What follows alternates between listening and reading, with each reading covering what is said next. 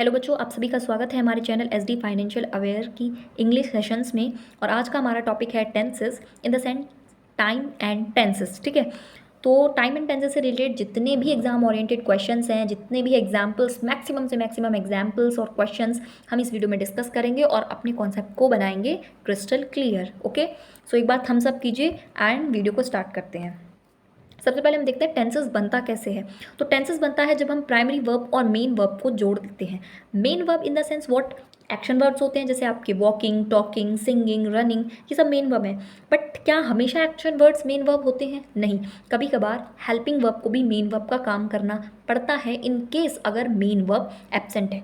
आपको एक चीज़ मैं बता दूं कि किसी भी सेंटेंस के लिए ये बड़ा ही मैंडेटरी है कि उसमें हेल्पिंग वर्ब हो या ना हो, मेन वर्ब जरूर होनी चाहिए। एंड इन केस अगर आपको मेन वर्ब मिसिंग लगती है और हेल्पिंग वर्ब गिवन है, तो उस केस में आप हेल्पिंग वर्ब को ही मेन वर्ब बताएंगे। देखो एग्जाम्पल के तौर पे समझना, एग्जाम्पल ले लो, आई एम अ डॉक्टर। ठीक है, मैं एक डॉक्टर हूँ। अब आपको इसमें कहीं पे भी मेन वर्ब नज़र नहीं आ रही है, ये सिर्फ स्टेट ऑफ बीइंग है। मैं बता रही हूँ, अपने बारे में इन्फॉर्मेशन दे रही हूँ कि मैं एक डॉक्टर हूँ, लेकिन इसमें मुझे हेल्पिंग वर्ब दिखाई दे रही है। अब मेन वर्ब नहीं है, हेल्पिंग वर्ब है, और मेन वर्ब होना मैंडेटरी है, हेल्पिंग वर्ब होना मैंडेटरी नहीं है। इसीलिए यहाँ पे मैं हेल्पिंग वर्ब को ही मेन वर्ब की तरह ट्रीट करने लग जाऊंगी, यानी कि इस सेंटेंस में am is my verb and main verb. समझ रहे, हेल्पिंग वर्ब होते हुए भी ये मेन वर्ब का काम कर रही है। तो ये होते हैं मेन वर्ब्स। उसके बाद प्राइमरी वर्ब्स जो होती हैं, उसके लिए मैं आपको पूरी लिस्ट दिखा देती हूँ कि प्राइमरी वर्ब्स होती क्या है। ये देखिए, ये लिस्ट है हमारी प्राइमरी वर्ब्स की। देखो प्राइमरी वर्ब्स हो गई 3, be, have and do. Be means is, am, are, was, were, be, been, being, ये सब बी की फॉर्म्स हैं। Have is, has, have and had, और डू इज, डू, डज और डिड। तो ये सारी की सारी हमारी प्राइमरी वर्ब्स हैं, और इन्हीं को जब हम मेन वर्ब्स के साथ कनेक्ट करते हैं, जोड़ते हैं, तभी हमारा कॉन्सेप्ट टाइम एंड टेंसेस निकल कर आता है।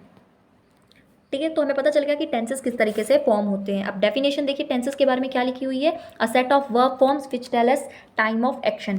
ये एक वर्ब फॉर्म्स का सेट होता है। Verb form in the sense first form, second form, third, fourth और फिफ्थ फॉर्म, इन फॉर्म्स का सेट होता है जो हमें टाइम ऑफ एक्शन बताता है, यानी कि कोई भी एक्शन किस समय में हुआ है ये हमें बताता है। ठीक है, टेंसेज हमें पता है 3 टाइप्स के होते हैं, that is present, past, present and future. उसके बाद वर्ब की फॉर्म के लिए भी मैंने एक एग्जांपल प्ले से आपको समझाया हुआ है कि वर्ब की first form is play, second is played, played, playing and place.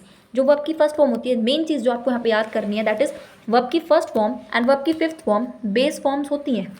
और वर्ब की फर्स्ट फॉर्म बेस फॉर्म में प्लरल, और वर्ब की फिफ्थ फॉर्म बेस फॉर्म में सिंगुलर होती हैं, और वर्ब की सेकंड फॉर्म पास्ट के लिए होती हैं। ठीक है, मेन चीज़ आपको यही याद रखनी है इसमें। आगे देखते हैं।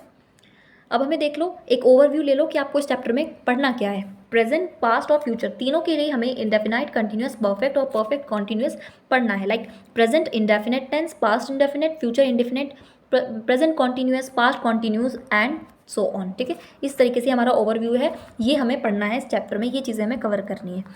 चलिए एक एक करके स्टार्ट करते हैं। सबसे पहले सिंपल प्रेजेंट टेंस से पहला हमारा टेंस, और हम स्टार्टिंग कर देते हैं। स्ट्रक्चर हमें पता है, सब्जेक्ट प्लस वर्ब की फर्स्ट फॉर्म प्लस एस या एस, ये तो अब हमें रट भी गया होगा, याद भी हो गया होगा। ठीक है, ये होता है structure of simple present tense. अब इसमें क्या होगा, सिंपल कॉमन सेंस वाली बात है, सिंगुलर वर्ब, सिंगुलर अगर आपका नाउन है इन द सेंस, उसके लिए सिंगुलर ही वर्ब यूज होगी, राइट।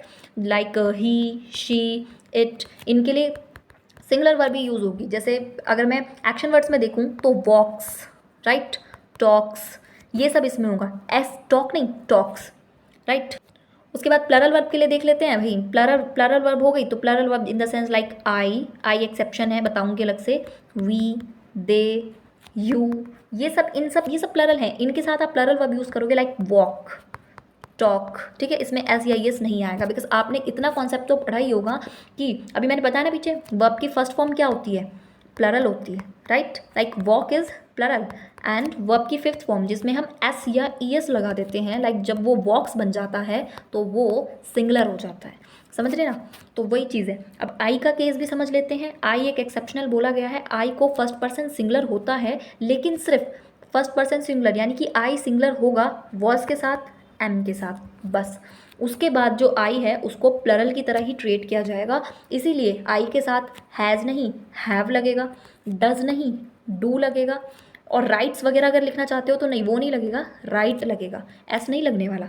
यानी कि आई को सिर्फ सिंगुलर ट्रेट किया जाएगा वॉज और एम के साथ, बाकी हर जगह आई को एज प्लरल ट्रेट किया जाएगा। ठीक है, अब ये 2-3 क्वेश्चन है, इनके एग्जाम्पल आप, ये एक एग्जाम्पल की तरह ही है, आपका बेसिक आपकी अंडरस्टैंडिंग को समझने के लिए है, या आप आज से पहले पढ़ भी चुके हो, और यही हमारा यूज़ फर्स्ट भी है। ठीक है, यूज़ फर्स्ट यही है आपके सिंपल प्रेजेंट टेंस का, कि हैबिचुअल और रिपीटेड एक्शंस ऑफ प्रेजेंट को ये बताता है, जो चीज़ें हैबिट में हैं आपकी और रिपीटेड होती हैं। जैसे my mother goes to temple every day, मेरी मम्मा रोज टेम्पल जाती हैं, तो वहाँ पे सिंगुलर लगना चाहिए। आपको पता ही है ना, स्ट्रक्चर तो याद ही है, सब्जेक्ट प्लस व्हाट, वर्ब की first form S and E S, और जहाँ पे भी आपको हैबिचुअल और रिपीटेड एक्शन दिखेगा आप इसी स्ट्रक्चर को यूज़ करेंगे।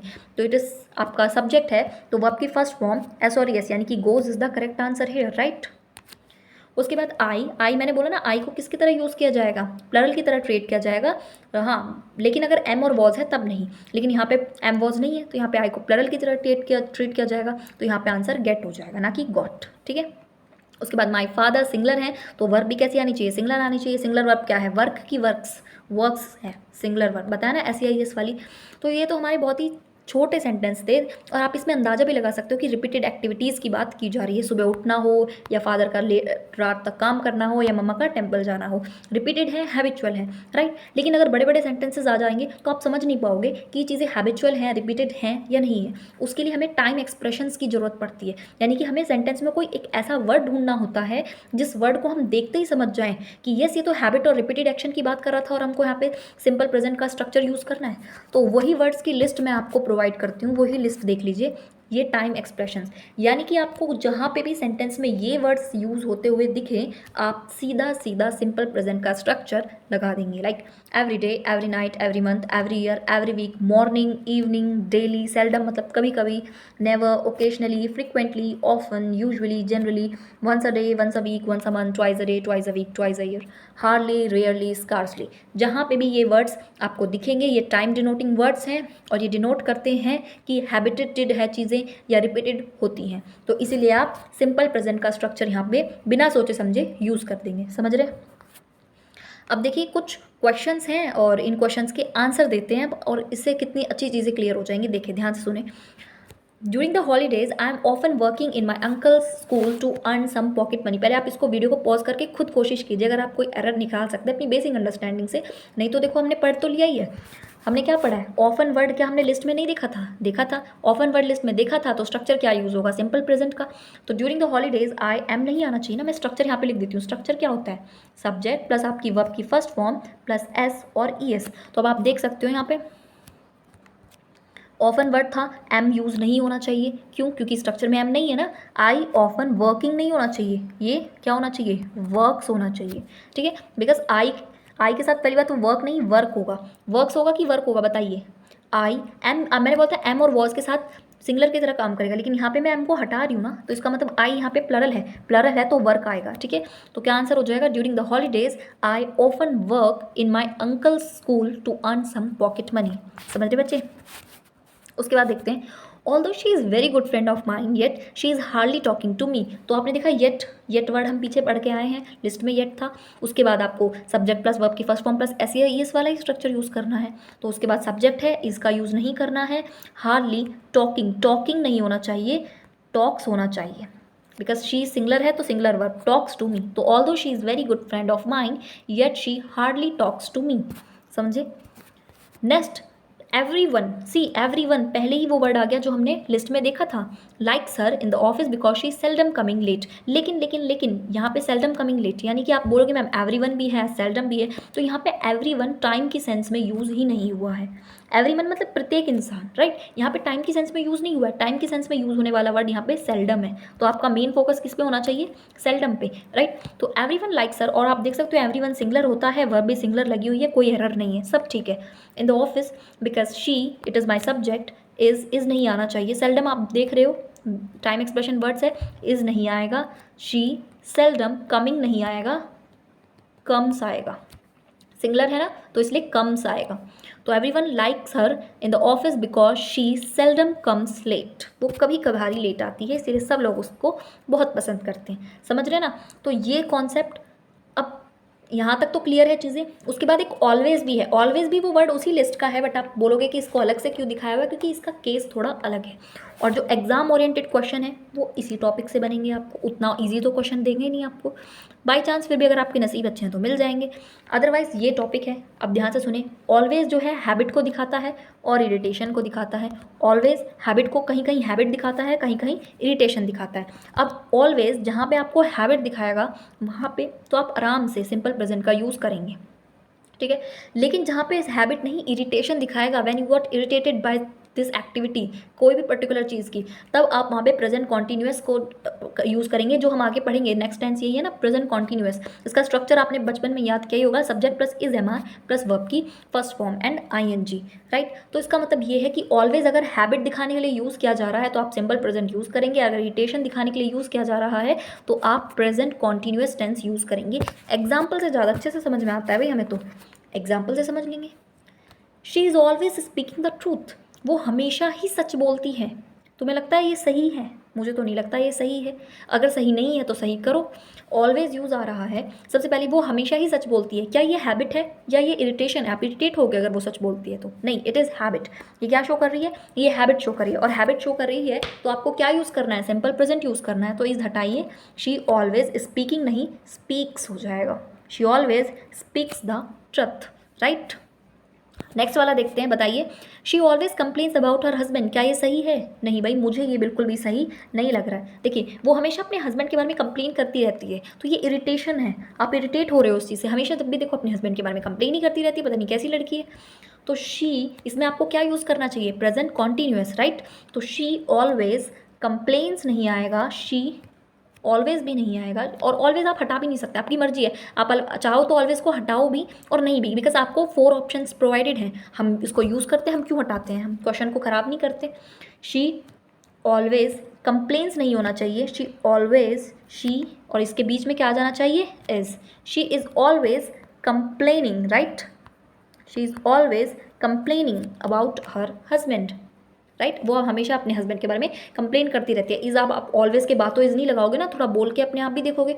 तो she is always complaining about her husband. आगे देखते हैं। He is always talking about his work whenever they meet, जब भी मिलता है अपने बात, काम के बारे में बात बताता रहता है। तो इरिटेशन शो कर रहा है। इरिटेशन है तो आपने इसमें हैबिट का वाला टेंस लगाया हुआ है, नहीं लगाना था, कॉन्टीन्यूस लगाना है। तो क्या करोगे? ही is always talking about his work, यहाँ पे कौन सा लगाया? कंटिन्यूस वाला लगाया हुआ है। तो तुम्हें लगता है ये, मैंने क्या बोला? इरिटेशन शो कर रहा है। और कौन सा टेंस लगना चाहिए? कॉन्टीन्यूस लगना चाहिए। तो तुम बातों में फंस क्यों जाते हो? बिल्कुल सही है, नो एरर। इसका आंसर होगा नो एरर। क्वेश्चन में नो एरर वाला भी तो आ सकता है, इसमें कोई एरर नहीं है। समझ रहे ना? इरिटेशन दिखा रहा है कि हमेशा अपने काम के बारे में बताता रहता है और कॉन्टीन्यूस टेंस लगना चाहिए। और ये देख लो ना, लग तो रहा है कॉन्टीन्यूस, क्या दिक्कत है? नेक्स्ट देखते हैं। He is always going for a walk after dinner, वो हमेशा वॉक पर जाती है डिनर के बाद। तो ये हैबिट शो कर रहा है कि वो जाती ही है। हैबिट शो कर रहा है तो आपको पता है गलत हो गया फिर। अगर हैबिट शो कर रहा है तो सिंपल प्रेजेंट यूज़ होना चाहिए, तो इज़ नहीं आएगा। ही ऑलवेज गो नहीं, गोज़ आएगा। ही always goes for a walk after dinner, right. तो ये था कॉन्सेप्ट अलॉन्ग विद एग्जाम्पल्स। ये फर्स्ट यूज़ था, जिस फर्स्ट यूज़ क्या था याद करो? हैबिट्स एंड रिपीटेड एक्शन, जिसमें ऑलवेज का केस थोड़ा स्पेशल था, इसलिए स्पेशल बताया, राइट। सेकेंड यूज़ क्या आता है? यूनिवर्सल ट्रुथ और फैक्ट्स। जहाँ पे यूनिवर्सल ट्रुथ और फैक्ट्स की बात होती है वहाँ पर भी सिंपल प्रेजेंट का यूज़ किया जाता है। Like the earth round the sun, earth चक्कर लगाती है सन के, तो क्या होना चाहिए तुम्हें बताओ? मूव की मूव्स, अर्थ क्या है मेरा? सिंगलर है, तो सिंगलर आनी चाहिए ना मेरी, वर्ब मूव्स हो गया। द सन क्या है? सिंगलर है, तो राइजेज आना चाहिए ना। प्लांट्स क्या है? प्लरल हैं, तो वर्ब क्या आनी चाहिए? प्लरल। क्या गिव्स प्लरल है? नहीं, गिव प्लरल है, गिव आएगा। समझ रहे? इतना इजी सा था ये, तो इतने इजी क्वेश्चन आते नहीं है, वो तो आपको बताया आपकी कॉन्फिडेंस बिल्ड करने के लिए। अब आप मुझे एरर बताएं। यूनिवर्सल ट्रुथ है ना, तो बताओ एरर। चलो मैं कोशिश करती हूँ। The people in ancient time believe that the sun moves around the earth, पुराने ज़माने में लोग बिलीव करते थे कि सन मून अर्थ के चक्कर लगाता है। क्या सन अर्थ के चक्कर लगाता है? Is it true? क्या ये बात सच है? क्या ये यूनिवर्सल ट्रुथ है? बिल्कुल भी नहीं है भाई। अर्थ सन के चक्कर लगाती है, सन कब से लगाने लग गया? तो ये बात यूनिवर्सल ट्रुथ नहीं है। अगर यूनिवर्सल ट्रुथ नहीं है तो सिंपल प्रेजेंट भी नहीं आना चाहिए। फिर आप इसमें सेंटेंस को उसके टेंस के हिसाब से गलती ढूंढो। The people in ancient time believed, believed देख रहे हैं आप, कौन सा टेंस चल रहा है? वर्ब की सेकंड फॉर्म चल रही है, पास्ट टेंस चल रहा है। दैट द सन मूव्स नहीं आना चाहिए, फिर तो मूव्ड आना चाहिए। ठीक है, समझ रहे हैं, मूव्स नहीं मूव्ड आना चाहिए। इन्होंने क्या सिंपल प्रेजेंट लगाया हुआ है यूनिवर्सल ट्रूथ ना होते हुए भी, तो इसलिए ये गलती है ना। वही इसका दूसरा एक और सिनेरियो देखो, the people in ancient time believe that the earth moves around the sun. अब इन्होंने सही बात बोली कि अर्थ सन के चारों तरफ चक्कर लगाती है, तो यहाँ पे सिंपल प्रेजेंट का कॉन्सेप्ट यूज़ करना जायज़ है, इसीलिए इन्होंने यहाँ पे मूव्स लिखा है। हाँ जी, यहाँ पे मूव्स लिखा है, फिर कोई दिक्कत नहीं है, नो एरर, क्योंकि ये क्या है, ये है यूनिवर्सल ट्रुथ, और यहाँ पे आप सिंपल प्रेजेंट यूज़ कर सकते हैं, सब्जेक्ट प्लस वर्ब की फर्स्ट फॉर्म एस और ई एस। ठीक है, बिल्कुल करेक्ट है। थर्ड देख लेते हैं एक और, the scientist believe that the gravitational puts down everything. Her cheese scientist सोचते हैं कि हर चीज़ जो है ग्रेविटी नीचे को खींच लेती है। क्या बात यूनिवर्सल ट्रुथ है, सच है, बिल्कुल है, बिल्कुल है। तो आप सिंपल प्रेजेंट यूज़ करेंगे, बिल्कुल करेंगे। पुल्स बिल्कुल सही है, वर्ब की first form pull and S और यस पुल्स हो गया, और ये आपका कुछ भी द साइंटिस्ट हो, ये आपका सब्जेक्ट हो जाएगा, सब्जेक्ट के साथ वर्ब की फर्स्ट फॉर्म और एस या ई एस है, सिंपल प्रेजेंट है, कोई दिक्कत नहीं है, नो एरर, समझे। तो ये सेकंड यूज़ था इसका। अब थर्ड यूज़ भी देखते हैं। आप सोचोगे कितने सारे यूज़ है मैम, 2-3 यूज़ ही हैं मैक्सिमम सब में, 2-3 यूज़ ही हैं, ज़्यादा नहीं है। फर्स्ट टेंस है इसलिए थोड़ा और अच्छे से एक्सप्लेन, वाइड एक्सप्लेनेशन है।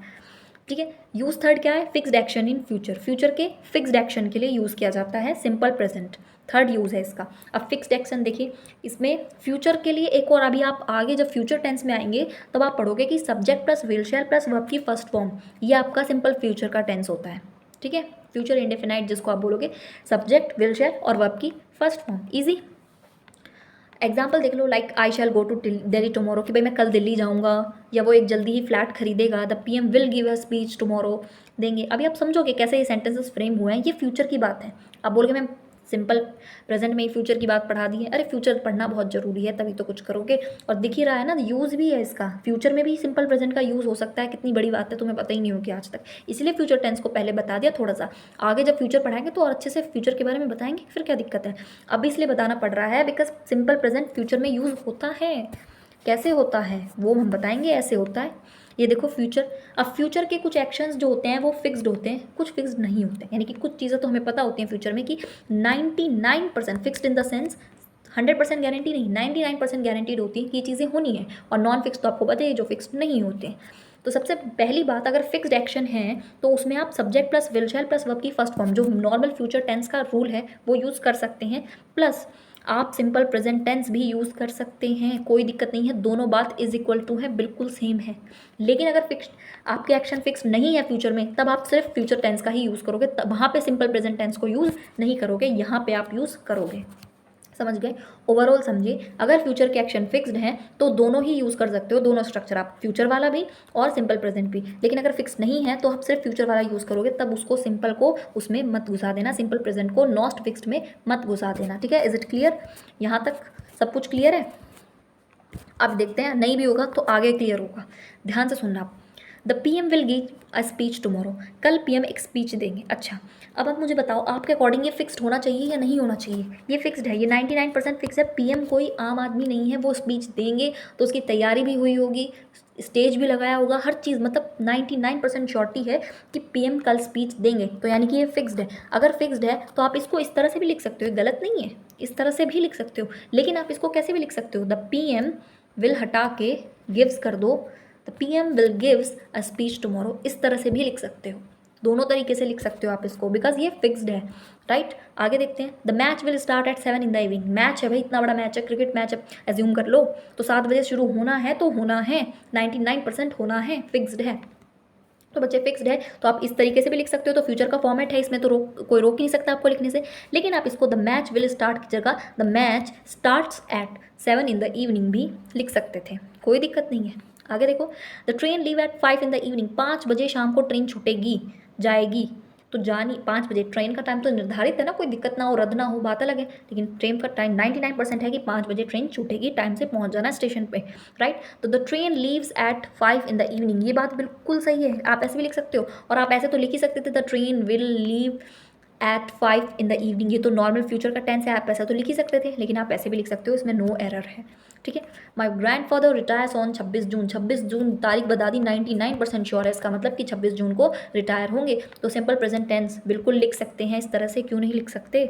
द स्कूल री ओपन्स इन जुलाई, जुलाई में खुलेंगे, अभी ऐसा हुआ है छुट्टी जुलाई में, जून जुलाई अगस्त भी निकल गई, स्कूल नहीं खुले हुए, ऐसा नहीं होता, खुलेंगे, स्कूल तो खुलेंगे, ठीक है। इसका मतलब स्कूल जरूर खुलेंगे, ये 99% श्योर है कि ये एक्शन होगा, फ्यूचर में होगा। तो इसका मतलब आप इसको सिंपल प्रेजेंट यानी कि द फ्यूचर रीओपन्स, द स्कूल रीओपन्स इन जुलाई बिल्कुल लिख सकते हो। और ऐसे तो आप लिख ही सकते थे द स्कूल विल रीओपन इन जुलाई, इसको तो कोई रोक ही नहीं सकता, राइट। बट आप इसको ऐसे भी लिख सकते थे। तो मेन चीज़ ये थी कि अगर फिक्स्ड एक्शन है तो आप उसको subject plus will shell plus verb की फर्स्ट फॉर्म से भी कर सकते हो, और सब्जेक्ट प्लस वर्ब की फर्स्ट फॉर्म प्लस एस या ईएस से भी कर सकते हो। लेकिन अगर एक्शन फिक्स्ड नहीं है तो आप सिर्फ फ्यूचर टेंस का यूज़ करेंगे। उसका मैंने एग्जांपल इसलिए नहीं दिया क्योंकि हम फ्यूचर टेंस नहीं पढ़ रहे हैं, हम पास्ट नहीं पढ़ रहे हैं, हम प्रेजेंट टेंस पढ़ रहे हैं, ठीक है। तो इसलिए प्रेजेंट के रिगार्डिंग जहाँ यूज़ होता था फ्यूचर में, वो मैंने अभी यहीं बता दिया है आपको, ठीक है। तो ये था हमारा पूरा, हमने आपका अफर्मेटिव का बात की यानी कि पॉजिटिव की बात की। अब आप बोलोगे मैम ना तो हमने इंटेरो की बात की है अब तक, ना ही नेगेटिव की बात की है, क्यों? अब जितना अफर्मेटिव में इतना सारा समझाया आपने, तो क्या इंटेरोगेटिव और नेगेटिव में भी इतना समझाओगी? नहीं ना। अगर आप अफर्मेटिव समझ चुके हैं तो इंटेरोगेटिव और नेगेटिव तो स्ट्रक्चर की बात है, बस आपको पता ही है। अब ध्यान से देखना, अफर्मेटिव का स्ट्रक्चर क्या होगा? आपका सब्जेक्ट प्लस आपकी वर्ब की फर्स्ट फॉर्म एस और ईएस। इंटेरोगेटिव क्या हो जाएगा? डू और डस का इस्तेमाल होता है नेगेटिव और इंटेरोगेटिव दोनों में, याद रखना। किसके? सिंपल प्रेजेंट के। नेगेटिव और इंटेरोगेटिव में डू और डस का यूज़ होता है। डिड वगैरह तो यूज़ नहीं करोगे इसमें, शैल भी यूज़ नहीं कर सकते, तो डू डस का यूज़ करना पड़ेगा। तो डू डस पहले आएगा आपका, फिर सब्जेक्ट और फिर आपका वर्ब। ये तो हो गया interrogative. Like does she go to school, does she talk to anyone, आप देख रहे हो वर्ब की फर्स्ट फॉर्म ही है। Do we need him, right. उसके बाद नेगेटिव क्या होता है? सब्जेक्ट है प्लस डू डस के बाद आपने बस एक नॉट लगा देना है और वर्ब की first form. Like she does not go to school, verb की फर्स्ट फॉर्म ही है, नॉट आ गया। She does not talk to anyone, we do not need him. तो समझ रहे हो, नेगेटिव और इंटेरोगेटिव का बस स्ट्रक्चर याद करना है। और याद करना भी नहीं है, मैंने वही बताया, ये तो कॉमन सेंस, हमारी आमचोर की आम बातचीत जो हम करते हैं उसमें भी यूज़ होते हैं ये चीज़ें, ठीक है। एरर आप इसमें अगर कोई भी आता है, वैसे इसमें कोई एरर नहीं देखने को मिलेगा पेपर्स में। जो आपका मेन एरर जो फोकस एरिया था वो मैंने आपको पीछे कवर करा ही दिया है, ठीक है। तो ये इंटेरोगेटिव और नेगेटिव का कॉन्सेप्ट था। बिना क्वेश्चन के तो बात नहीं बनती। तो क्वेश्चन भी देख लेते हैं एक बार।